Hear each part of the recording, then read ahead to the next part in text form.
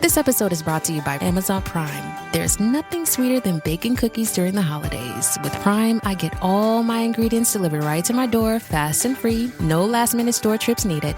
And of course, I blast my favorite holiday playlist on Amazon Music. It's the ultimate soundtrack for creating unforgettable memories. From streaming to shopping, it's on Prime. Visit Amazon.com/Prime to get more out of whatever you're into. Hey, it's Austin James. Yes, I'm living with diabetes, but it doesn't have to define me. Thanks to the Freestyle Libre 3 Plus sensor, I get real-time glucose readings throughout the day. The Freestyle Libre 3 Plus sensor is small and easy to wear, giving me the freedom to focus on my life as a parent and a musician. Now this is progress. You can get a free sensor at freestylelibre.us. Offer available for people who qualify. Visit myfreestyle.us to see all terms and conditions. Certain exclusions apply. Data on file. Abbott Diabetes Care. For prescription only. Safety info found at freestylelibre.us. Money decisions don't have to be either or. With Bank of America, they can be yes and. Like yes to sunny vacations and rainy day funds. Can our digital tools and guidance help you create the future you want? Yes. And help you keep enjoying today too. Do more with a bank that asks, what would you like the power to do? Explore our tips and more at bankofamerica.com/yes and. Craven, the hunter, who uses all the methods of the animals. This Thursday, witness the making of a new Marvel villain. Once you're on his list, there's only one way off. Aaron Taylor Johnson is Craven the Hunter. Rated R. Under 17, not admitted without parent. Big bag. If a nugget gon' do something, ain't no chit chat. Better stay up out the way, don't get your shit splat. Stop, let this shit slide and get your lick back. And get your lick back. Get your lick back. If a nugget gon' do something, ain't no chit chat. Better stay up out the way, don't get your shit splat. Stop, let this shit slide and get your lick back. And get your lick back. I feel like I'm JX. J-Way. I'm a perfectionist. Adderall got me restless. I'm gone. Run with a wild crew, they get reckless. Young boy, come up off that neck. Give me to the trends. See a lead be the. Welcome to Bleachers and Speakers. I'm your host, June. I got my co-host, B. Foster. And today is the Who Will Be King series where we host for the NFC North Division. We got our comrades here representing the Chicago Bears and Minnesota Vikings. And I'm going to let them introduce themselves. But before they do that, I want to remind everyone, subscribe to Bleachers to Speakers on YouTube and make sure you follow us on the podcast aggregators. Make sure you hit that notification bell so when we drop the content, you'll get an alert, and make sure you download those episodes. We're going to go around the room. I'll start with Pay. You can introduce yourself and let them know where they can find you and your and your shows. You can find me, Pay, and all my other co-hosts, the merry band of upset Chicago sports fans at the Frustrated Chicago Sports Fan channel /podcast. I say podcast because that's what it will be called on the audio side. If you prefer to listen to Apple Podcasts, Spotify, Amazon Music, Pandora, iHeartRadio, and all the such, we can be found right there. Channel is Frustrated Chicago Sports Fan channel on YouTube.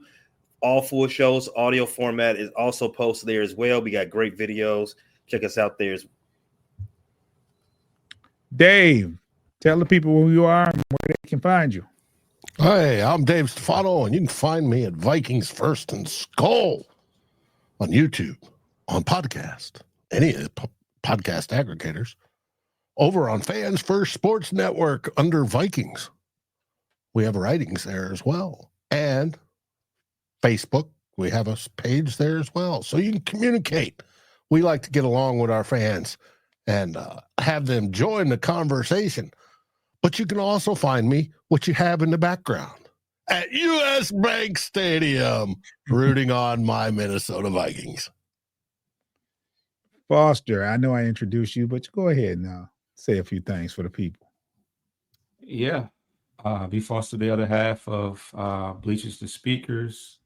We're on YouTube. We're on all audio aggregators. And we also have writing pieces on Fans First Sports Network as well. Well, we are at week 15, and it doesn't seem like it's been a long season, but we are at week 15. Gentlemen, I want to go around the room. How do you feel so far about your season?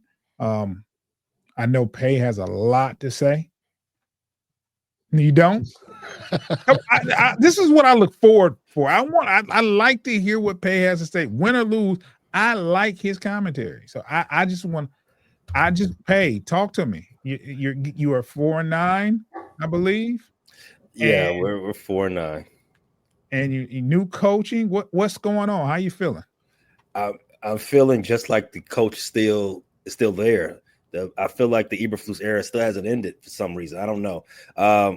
Maybe it's still a little hangover because it is hard to take over a new team in the middle of the season, especially if you're going from passing game coordinator to offensive coordinator to interim head coach. It's a lot to process. There's a lot of stuff to do. But as far as my feelings on the team, oh my goodness, it's hard to even sum up how I feel about this season. But I'm just how I feel about them right now. It feels like Eberflus may have an axe to grind. I want to blame this loss on him. I know. Wait, certain. This last loss where he wasn't there? I am blaming him. Oh, wow. I know for certain. I don't have the proof. I'm still working on proof. I'm still working on doing my due diligence. But I am certain, 1,000% certain. He called Kyle Shanahan and told him all what we're going to do. I am resolute in this. Oh, Pay. Like I said, I can't prove it yet. This is this is not don't put me down as yeah, I said it and it is factually true. Not yet, but I will let you know when I have the proof.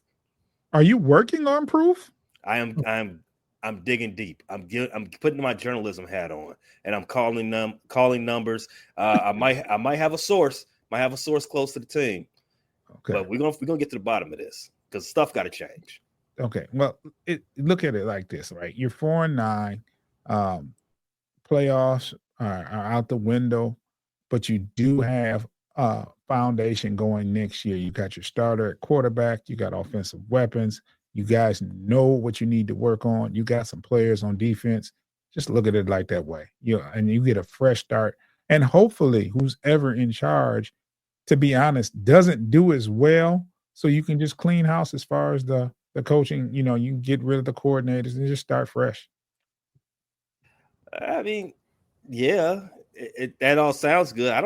I'm at the point now. We don't know if the players are all that great. I mean, you have some good players. There. We have some good players. We don't have enough. And okay, but look at it like this. You got Jalen Johnson. He's a great player. Corner. You have your future quarterback, Caleb. You got Odunze. You have DJ Moore. You got some pieces there. Yeah, you do have some pieces. That's 4 pieces. 4 pieces. I'm looking. You gotta start somewhere. Yeah, you're right. You're right. You can't build the house without first laying down the first brick. You are very much correct. Yeah. But I'm questioning what type of bricks we chose. What type of bricks were chosen, and I'm questioning the mason.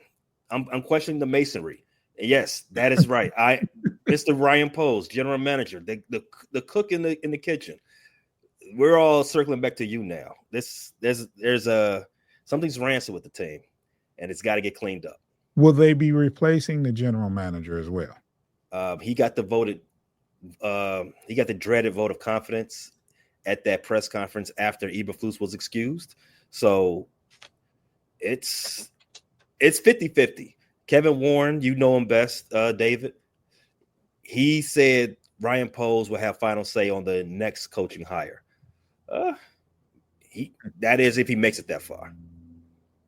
He probably will. He was Warren was with Spielman, and Spielman got multiple chances at it. So I would expect him to stick with Poles. Did Spielman have 3 consecutive double-digit losing seasons? No, of course not. Well, yeah, well. And you talk about pieces and the mason. You're putting in the window trim. Yeah. Right? with Odunze and all the rest. Mm-hmm. You need the foundation. Yes. You need the big horses on the line. Yeah, you still got free agency and you still have the draft to get some of those pieces that you got a couple of high drafts. You still can fill some of those pieces in. Like you have some good players there that can actually improve and embark on what you already have. My concern is that they use all this cap space and use these high draft picks. So we still have the Carolina Panthers second round pick, which is going to be a top 7-ish pick in the second round. We have our first round pick and our high second round pick. My concern, my fear, we use one of those picks on some more window trimmings. We get another hood ornament to put on the car instead of fixing the brakes, fixing the tires, maybe even fixing the alternators. Some of that stuff. That's my issue with Ryan Poles. If I don't even want to even have this fear anymore, let's just excuse this from that variable. Let's just take that variable out. Fire him. Well, who would you want to replace him? I don't know. Somebody who's going to even. If you just tell me that this guy, whoever he is, guy or woman, gender. You don't. The general manager is gender neutral, right? Whomever they are, just promise me that they're going to build the team from the most important on up. No more flashy pieces. No more mismanaging assets. No more trading for players that will soon be out the league and giving away high draft picks. No more of that nonsense that Ryan Poles was up to. If you tell me somebody's going to focus heavily on fixing both the lines on both sides of the ball, hire him. You're already sold me. I'm good right there. Well, it's not like there's lack of money across the division. We're all rolling into 2025 with chunks of change, including Green Bay, unfortunately, available in free agency. So the best division is just going to get better. And I even believe that for you, Pay. Yeah. Dave, your team, your Vikings, you're at a remarkable 11-2. Not seeing this at the beginning of the season with those injuries. You guys were hit early with the injury bug with JJ McCarthy going down in preseason. You lost a couple of corners. Let me ask you, how are you feeling about this team right now? Well, I'm feeling great. Now, we do have some injuries on defense, but they're healing up. We have Pat Jones out, one of our defensive ends in the 3-4 sense, but / edge rusher. We have Gilmore out, one of the corners we brought in. He should be ready to go. And there was a third one on the D that is crucial, a starter that will be back next week as well. The whole team seems to be getting healthier.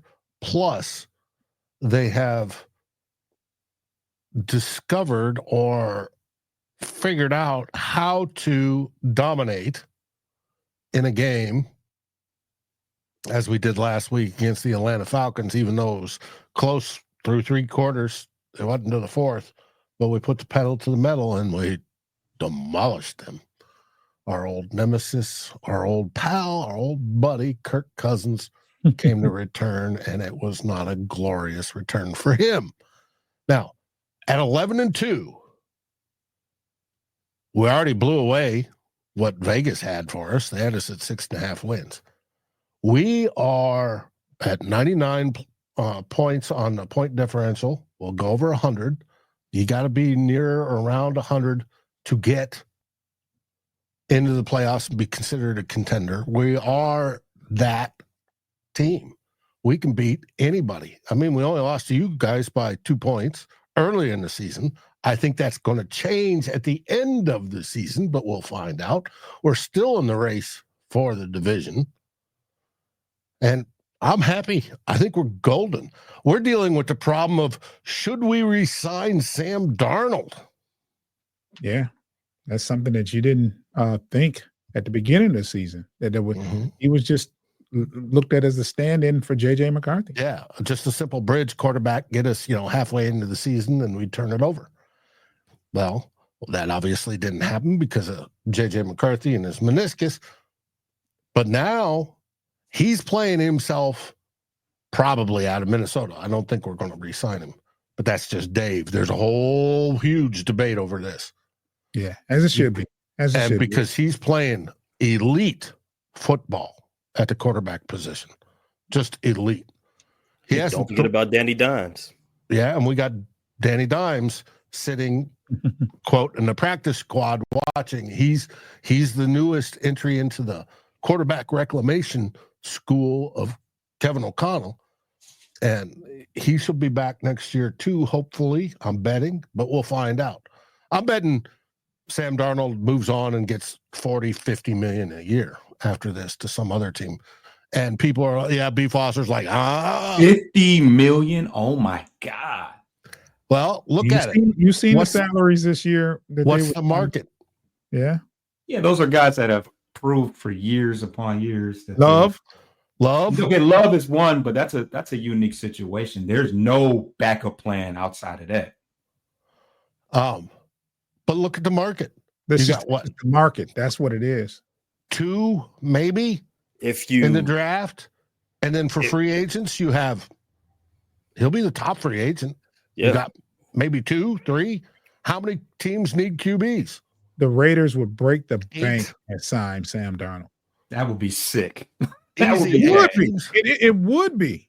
But they're probably gonna draft when they're drafting the second pick overall, I don't think they're going to go pay Sam Darnold. They're gonna probably they're getting Shador. Yeah, I'm just saying, like, if that's not available, if they don't get the quarterback they want in the draft, you best believe there's a market. They would pay 40 or 50 million for Sam Darnold. They would. He's not saying he's earned it, but the market's going to dictate that he asks for that because of what happened last year with all these signings. Isn't Dak Prescott getting 60? 65, I think. Something like that. Yeah. Yeah. Which is way too much. And Sam Darnold's playing a lot better than Dak Prescott has this year. There's some teams that really, really need a quarterback. But I could be off. We got fans saying, well, sign him to a $25 million contract, at least for a year. Tag him. Tag him's just under 42 million. Yeah. Approximately is projected. That's crazy. Yeah, I don't think they signed Danny Dimes with the intention of bringing back Sam Darnold. No. Right? No. I think this is them playing 3D chess. This is the Kevin O'Connell effect. Right. We can get Danny Dimes in here. We don't have to break the bank and pay Sam Darnold. And hopefully that J.J. McCarthy is ready. And if not, we do have Danny Dimes. And that's where I would project it. Mm-hmm. And that's exactly how I view the plan, as we call it, that's going to happen. Now, Danny Dimes' contract right now is only through this season. We expect him to sign on next year to be the backup. Where else is he going to go? Yeah.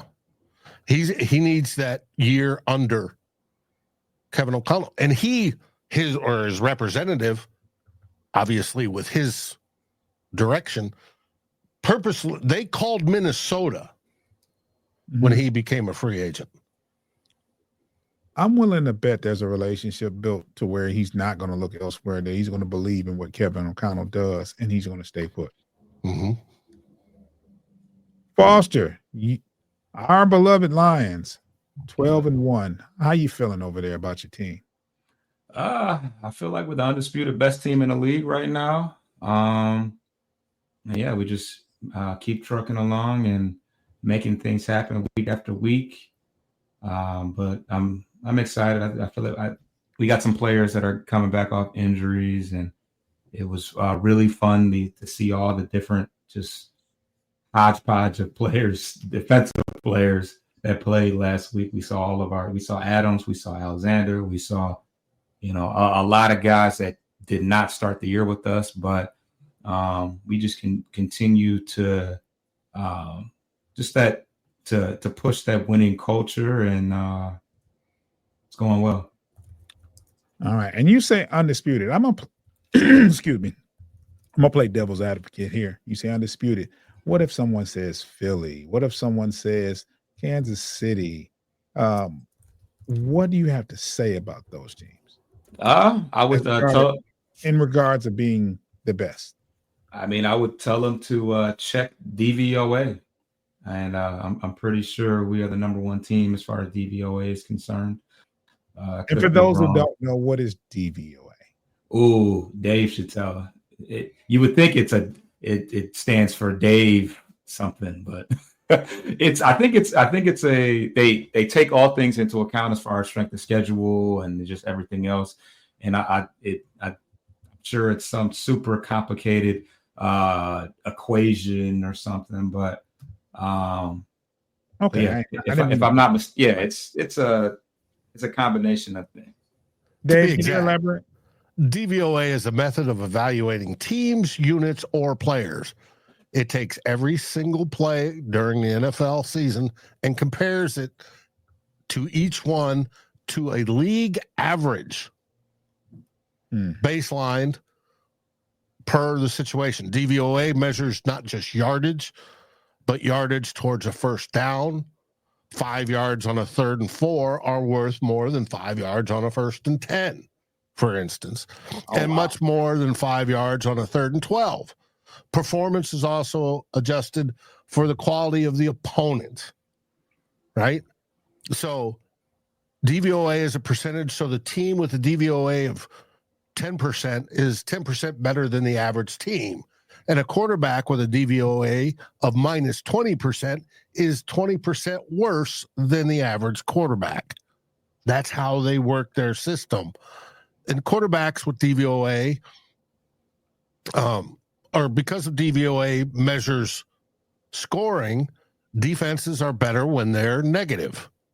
And obviously, because they're reducing scoring, they're preventing scoring. And then every year there's a normalization. So the average for the year is 0%. And then it's a plus or minus. You're either above average or you're below average.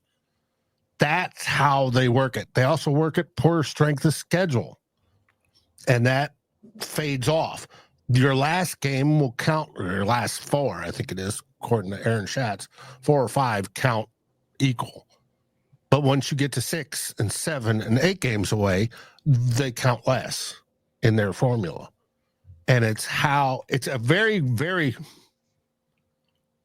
comprehensive way to look at football, and it works. And it's been dead on for however long Aaron Schatz has had it. It's been a couple of decades, I believe. But it rocks. That's exactly why I got into podcasting, to talk about math. But hey, it works. And for, let's see, Team DVOA's ranking, number 1, Detroit Lions. Number 2, Baltimore. Number 2, Baltimore. 3, Green Bay, which I think is absolutely horse shit. Wow. And 4 is Buffalo, 5 is Philly, and 6 is Minnesota. Kansas City's down there. Kansas City's about what, 8th? What is that? 1, 2, 3, 4. They are 9. Wow. 8th. Yeah. Whoa. Well, and Chicago's 24th. Overall team. Right now, they break it down by offense and special teams and defense, and they break each of those down further. And they get into blocking. They've got a great blocking system on how they measure blocking, offensive lines and defensive lines, etc. It's a wonderful system. Those are behind a paywall, right? Yeah, it's behind a paywall. Yeah. The only one that's free is the team total DVA. But behind a paywall, I have a subscription, have had for years. It's wonderful. I can see that, yeah. Mm-hmm. And you get down to special teams. It talks about kickers, kickoffs, field goals, punters, punt returns, kick returns, all that stuff is broken down as per average, and how that affects the special team score, and the special team score is weighed into the team score and all that. And it works. But overall, number one, they've got the Detroit Lions, unfortunately. We're going to take a quick break, and when we get back on the other side, I want to discuss a particular play, controversial play that involves kneeling. So when we get back, we'll talk about that. If you're watching, we'll be back in 10 seconds. If you're listening, you'll hear some wonderful ads from our sponsors.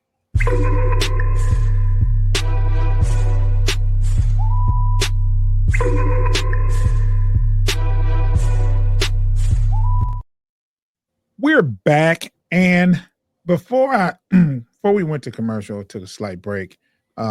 There was a call this week that Green Bay, and I'm only bringing this up because it involves someone within the division. Green Bay and Detroit played on Thursday night, and there was somewhat of a stir up on one of the last plays of the game. I'll walk you through it. Our quarterback was handing the ball off as he hiked, after the ball was hiked to him. Someone stepped on Goff. Goff winds up hitting a knee to the turf. That would be Zeitler stepped on him. Zeitler stepped on it, and he wound up hitting his knee on the way down, but still handing the ball off. The play resulted in a fourth down conversion, and people were upset. People are bringing up the rule book saying that he kneeled or took a knee, or his knee was down, so therefore he was down. And from my understanding,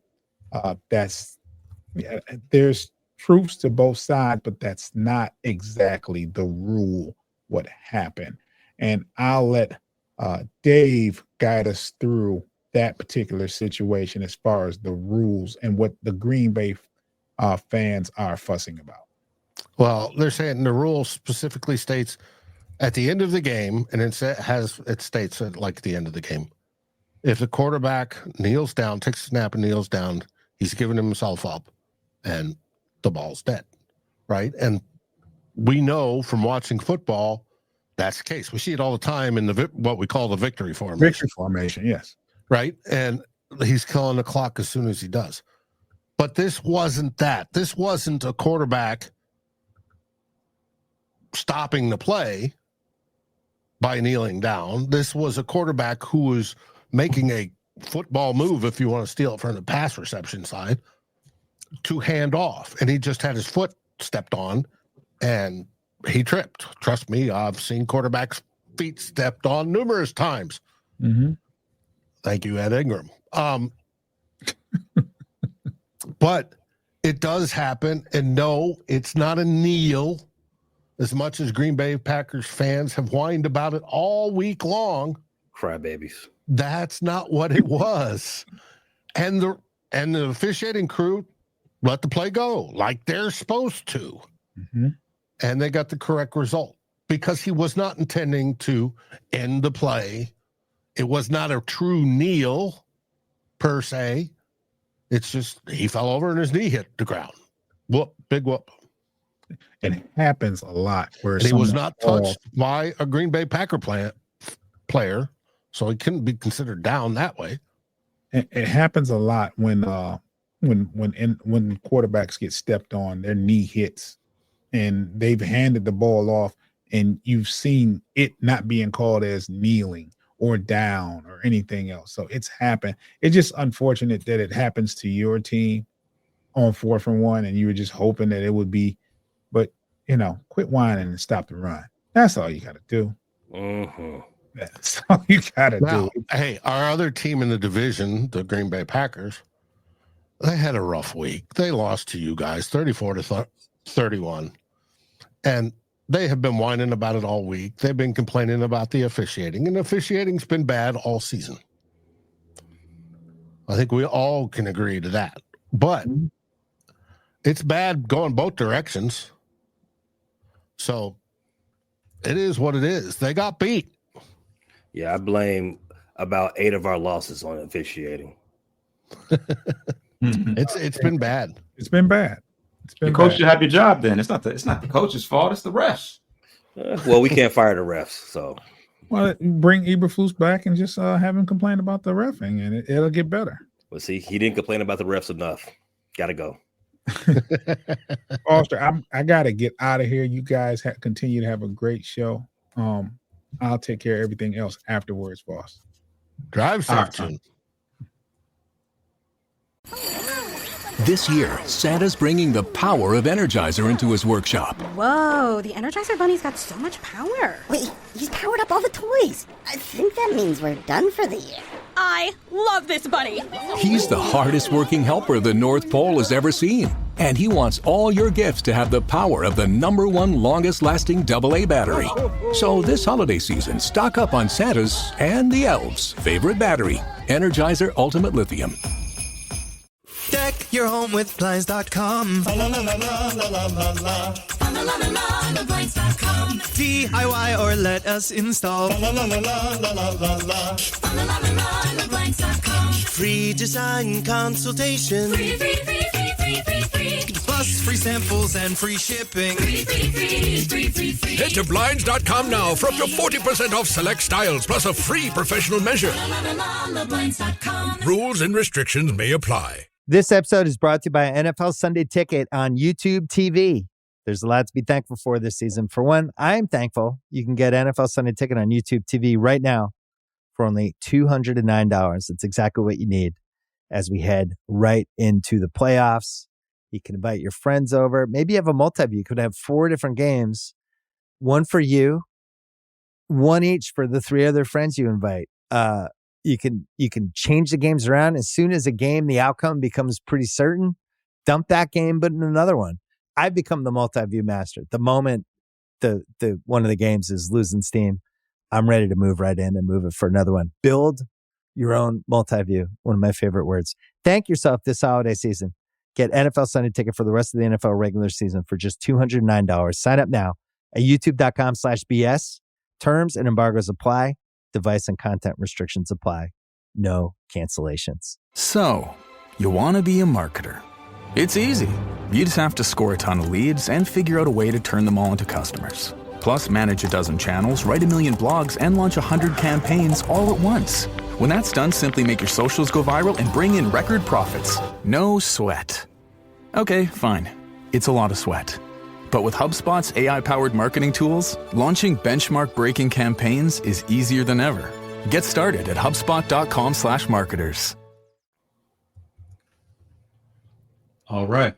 So we've talked about all the games from last week, right? Yep. All right. Unless you want to get into them more. Well, yeah. Well, we didn't really touch on the Packers game that much outside of the play, outside of that one play. But just to kind of wrap up that game as a whole, this game ultimately did live up to the hype. This was our second of 2 consecutive games on Thursday night, correct? Yes. Because you had Thanksgiving and then this one. Yeah. So yeah, everything's been out of whack as far as that's concerned, with us having those games. Because normally you got that quick game coming back up on Thursday, and then you get the long break on the other end. But we got 2 Thursday games in a row, and it was a very physical game.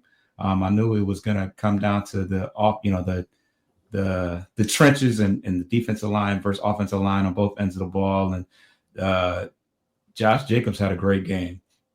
I think he ended with 3 touchdowns. Yeah, he had 3 touchdowns in the game.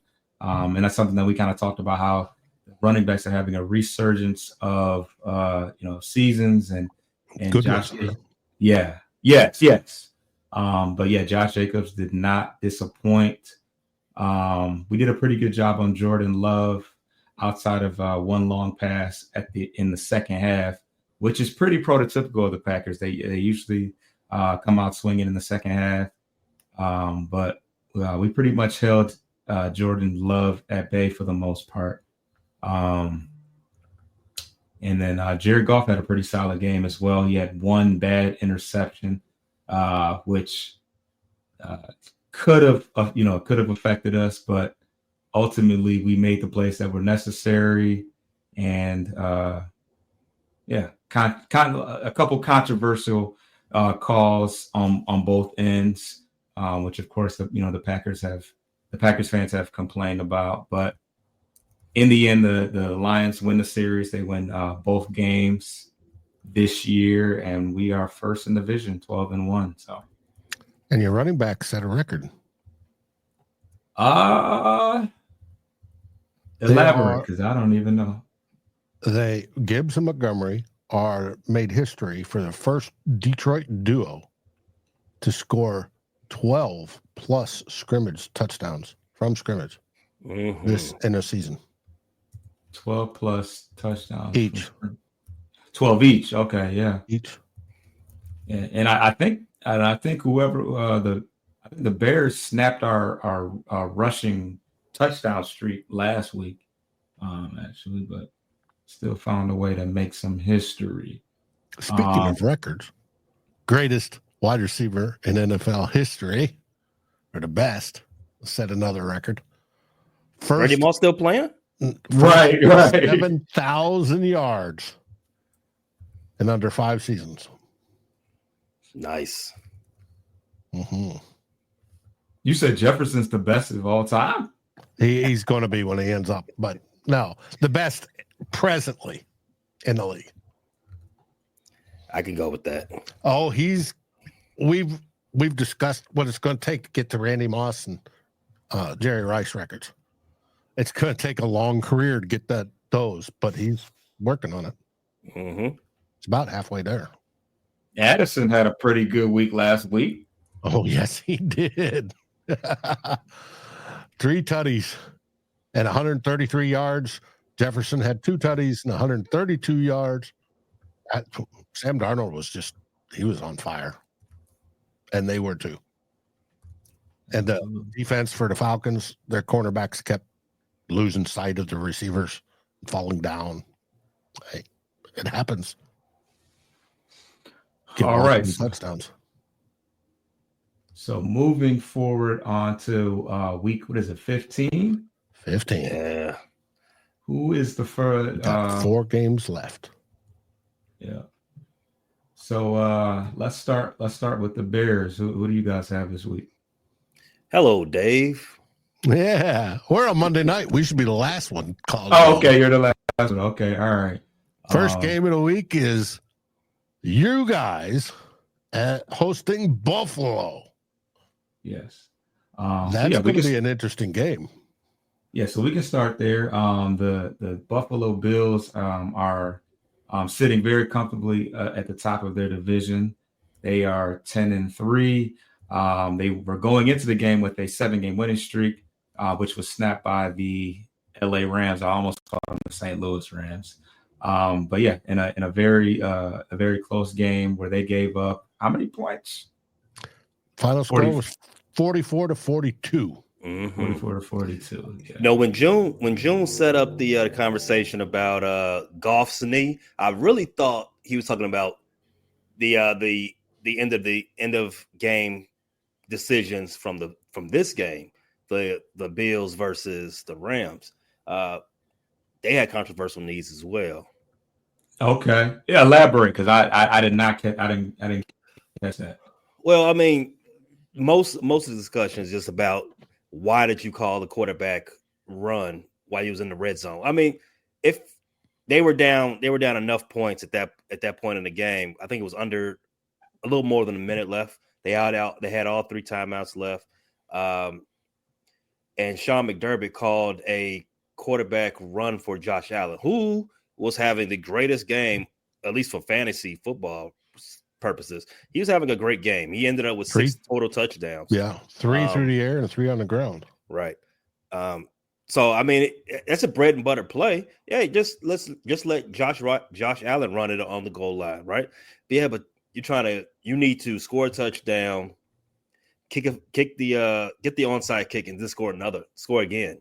So the controversy was, hey, you got to throw that ball. You got to save your touch. You got to save your timeouts. You can't risk not converting here and having that clock run. So the clock runs, you burn the timeout. It was a whole thing. Yes.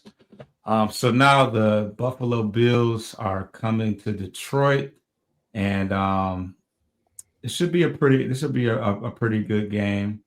The Bills, when I look at the Bills, they personnel wise, they don't have a whole lot that jumps out at me. But when I look at things, this does seem like a team that plays the way they need to play.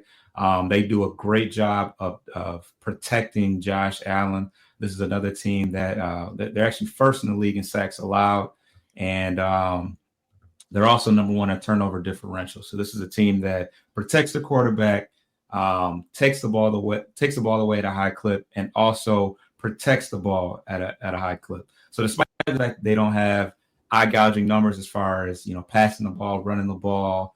They don't sack the quarterback at a high clip. This is a team that that is winning games because they don't make a lot of mistakes. As far as areas that pose a threat to Detroit, I would definitely say the fact that Josh Allen is a running quarterback. He's 8th in the league in rushing yards as far as quarterbacks are concerned. We're coming off a game where we were somewhat susceptible to the run. James Cook is having a pretty good year thus far. He's got 11 touchdowns, and he's got a 4.66 yards per carry. So another game that is going to come down to protecting the ball and owning the line of scrimmage. This is also a team that plays strong on the red zone on both ends of the field. So I anticipate another tough game in Detroit. Luckily, we're not dealing with the elements of all the snow. I don't know if they got snow in Buffalo this week, but we know it's that time of year where they tend to have a lot of snow. So, they got indoors at your place. Yes. So we don't have to deal with that. And they got some nice weapons. They got a nice tight end. They went out and got Amari Cooper at the trade deadline. They got Khalil Shakir, who's having a pretty good year. So just a solid team. They're playing in a pretty weak division. So they haven't. I don't know if they've been tested to the way that a lot of the teams in our division have, but should be another tough, close ball game. Moving on, who for DVOA, they've got the second-ranked offense. You're right. 10th-ranked defense. You're right. I did see that. I didn't see the defensive one, but as far as the ranking, they are fourth. So, yeah, they're going to be a test. Absolutely, and I agree. I think that, like I said, this is a team that plays the way they need to play, and this is not one of those games that I anticipate to be a just going through the motions. I think we got a target on our back anyway. So even against the not so good teams, I think that they're going to try to put their best foot forward if they can. So now you've got a third-ranked defense and a fourth-ranked offense. Yeah. Per DVOA. As far number one overall, but it's going to be close. It's going to be a game. I can't wait to watch. Yeah, Josh Allen is just a guy that just seems like he will pose a threat against us. So, yeah. And we get to watch each other's games this week, right? Because you guys are the prime time one. But before that, who do the Green Bay Packers? Does anybody know who they got this week? They're going out to Seattle for Sunday night. Your game's in the afternoon. You've got a 3:25 game, 4:25 for you guys. And then the Sunday night game is the Packers out at Seattle. Seattle's battling to win their division. And I'm hoping the Sea Chickens eat some Packers cheese. Yeah. I don't often root for the Seahawks, but I definitely am all for them getting a hold of Green Bay this week. You talked about teams that haven't been tested, B. Foster. The Seattle Seahawks, they're not one of those teams. They're one game ahead of the Rams in their division. They're 2 games ahead of the 49ers. I think they're 1 game ahead of the Cardinals as well. They've fought to get that minuscule lead. They are battle tested. They're ready to go. I don't know about the Packers as far as like, can they actually win tough games? As you saw last week, they lost to you guys in a close battle, and the last time they lost before that, they got absolutely embarrassed on their home field against you guys. As far as tough games, I don't know if they've won any tough games this season. So this is definitely going to be one of those drag out brawls, because Seattle, they don't lay down. They're not the most flashy. They've dealt with a lot of injuries. DK is having a down season. Kenneth Walker's hurt. But Geno and the guys that are there, they get it done. JSN is having a breakout season. Jackson Smith-Njigba, their second-year wide receiver. Their defense is held tough. They're not the Legion of Boom of old, but they've held tough. And I kind of like them this game. In fact, I'm not even going to hope. I think Seattle got something in store for those Green Bay neighbors. Their defense is their best unit. They're ranked 9th on DVOA. Oh yeah, because their offense is opportunistic. Yeah, let's say that. That's a nice way to say it. I want to keep the good vibes going for Seattle. Let's call it opportunistic. They get it done when they have to. But their defense has snuffed out San Francisco, snuffed out Arizona, and they've won. Like I said, they've won enough games close to handle their business. I can make a lot more. I can make a better argument for Seattle winning this game against Sunday Night Football than I could for the Packers. But we'll be watching. Mm-hmm. All right, we're going to take a quick break, and we're going to get to the final game of the week.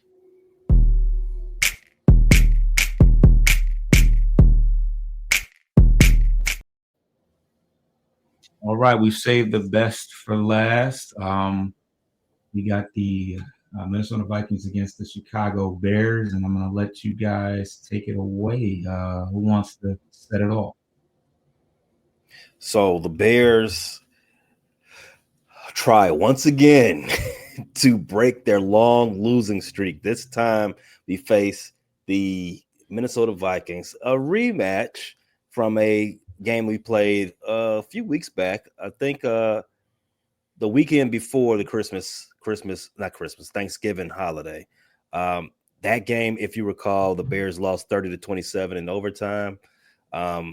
Questionable defense, questionable coaching decisions marred the end of that game. But it was a fantastic, resilient effort from the team that, as they were down multiple scores late in the fourth quarter.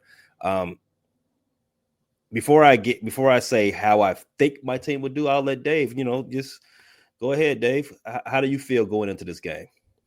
I think it's going to be wonderful. Minnesota's putting on a show. It will be a winter whiteout. The whole stadium's going to be decked in white. There'll be fake snow coming from the ceiling. The team will be wearing their new Winter Warrior white uniforms, which are absolutely sick looking. They are beautiful. Compare those to the quote whiteout for Green Bay Packers. And I can tell you, it's not even close. Ours dominate and will absolutely rock. The whole town gets into the whiteout festivities, and it's just going to be the Bears coming in to get slaughtered on the night. They've already checked out for all intents and purposes. They're going to come in there, lay over, and Minnesota should win easily by 2 full scores, at least by 14 points. Because you're wearing white uniforms? Oh, no, because we're playing top-level football, baby. Okay, all right. Yeah, I don't disagree that you guys look better in your uniforms than the Packers. Hey, yo. And I don't disagree that you all are playing top level football. Those two things are closest thing to fact that you can possibly have in a football discussion, right? However, I think the Bears, I don't think they're ready to lay down just yet. I mean, they had 2 yards of offense last week in the first half. You gotta have a short starting point, a floor. No. You gotta have a short memory with certain things like that, especially being a professional athlete. I think the week that the Bears had, the 10 days leading up to that game, it was just so much confusion, so much chaos. And then going on a fairly long road trip, right? It did not equate to the best circumstances that you would want to put out there on tape. Now, excusing that for a team that we don't see often, we do see the Vikings pretty often. There's a definite understanding about what you all present versus what we're going to get out from the Kyle Shanahan team. There's the difference. The Bears with more focus this week, because again, as I was saying, you had a lot going on the prior 10 days before San Francisco 49ers game. You had a coach fired, a lot of confusion about who's getting promoted and whose job is what, this, and the third. It's a lot to do. But normally there's a bounce. There is a bounce. Normally you have one guy being promoted who's been in his position the whole season. Thomas Brown had just got promoted 3 weeks ago, and now he's in the top seat. That's a lot to carry on your backpack. Yeah, but you did have the bounce that was anticipated. That's what I'm saying. I just explained why they didn't have the bounce. It's a little delayed. Oh, is that it? It's a little delayed. It has nothing to do with the players already making tee times for January or plane trips down to Cancun. They could have disappeared for the season. I mean, I'm not going to excuse that. That could be out there. But based on everything they've said going into that game, everyone said two-way man. Oh, this is a great week of practice. The vibes are better. That Eberflus clown is out the door. Everyone was in upbeat spirits. So I can't fully get on that train of thought just yet. Just going off of what I'm We'll wait till next week. Yes, Dave. Yes. You have to believe people first when they tell you something, and then you let them show you if what they say is backed up by their actions, right? If they come back out again and it looks bad, then we can have a further discussion about if the team is ready to, say holla, yeah, right. But as of right now, I will push it further down the road, and I would say that the new coach boost that we're all looking for, at least I am, is a little delayed. Just because based on one, Thomas Brown going from passing coordinator to offensive coordinator to head coach. He had to come out the booth, which I thought he was perfect at. But he had to be on the sidelines, a little different. A lot of people don't understand that the difference that takes. That is a definitely different. Just the position, right? You being on the sideline, you don't get that eagle-eye view of what you need to do. That's one thing. Second thing is now he has to be a supervisor. He needs to be. He's not creating the game plan throughout the week. Chris Beatty is, who was the wide receivers coach. Now he's promoted to the offensive coordinator. There, you have to do figuring out the perfect work plan around this. He's supervising the defense, what they got going on, supervising the offense, special teams. It was just a confusing week, and I think that helped. Well, that spoke to most of the Bears just being trash on Sunday. Come next Monday. Well, this Monday coming up, I think the Bears with a familiar opponent, a lot more stuff figured out, a lot more grounded. We should have a better result, better showing than what we put out there for everybody to see in San Francisco. Now, as far as the game itself, the result, do I think the Bears will win this game? They've already lost 7 in a row. I can no longer say, you know what, this is the week. This is the week that we do it. I would not be shocked if the Bears lose out. I would not be shocked if the Bears end this season 4-13. They've shown me nothing to believe that they could actually win the game. They've shown me that they can play well. They've shown me that they just don't have that clutch gene. I haven't looked at the lines yet, but if I would assume that the Bears are probably in the neighborhood of a 6-point dog. Well, it started when I sent you Monday. It was 6.5. Yeah, 6. That sounds fair. The Bears are probably. If I was to put money on it right now, I would take the Vikings to win by 7. All right, there you have it. You gonna say something? Well, I was about to say that would be generous. If it's 7, I'm gonna throw a flag and piss and moan that what the hell went wrong with the Vikings. Those division games are tough, Dave. I fully agree with that. They are tough. And obviously the first game was tough. You drove us to overtime. I just think we found something. We turned a switch and we're just balls to walls right now. We are peaking in December, which is the perfect time to peak as a team. We had talked about, I think the last time we were doing a game preview for the Vikings, the first game on the First Rate Chicago Sports Fan channel.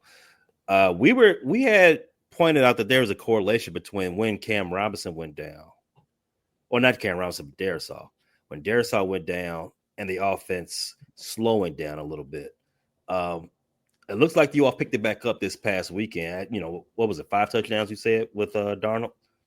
5 thrown with Darnold and then 1 run in with Aaron Jones. Right. So maybe it would be just our luck if you all figured it back out right when we was back on the schedule. Mm-hmm. Well, I don't know about anybody else, but I am looking forward to this follow-up show. I'll cut you off again. What were you going to say, Dave? Oh, I say at least it's going to look pretty. We're in the holiday season and we're going to get the winter ride out, so it's going to look nice on ABC, baby. Mm-hmm. Absolutely.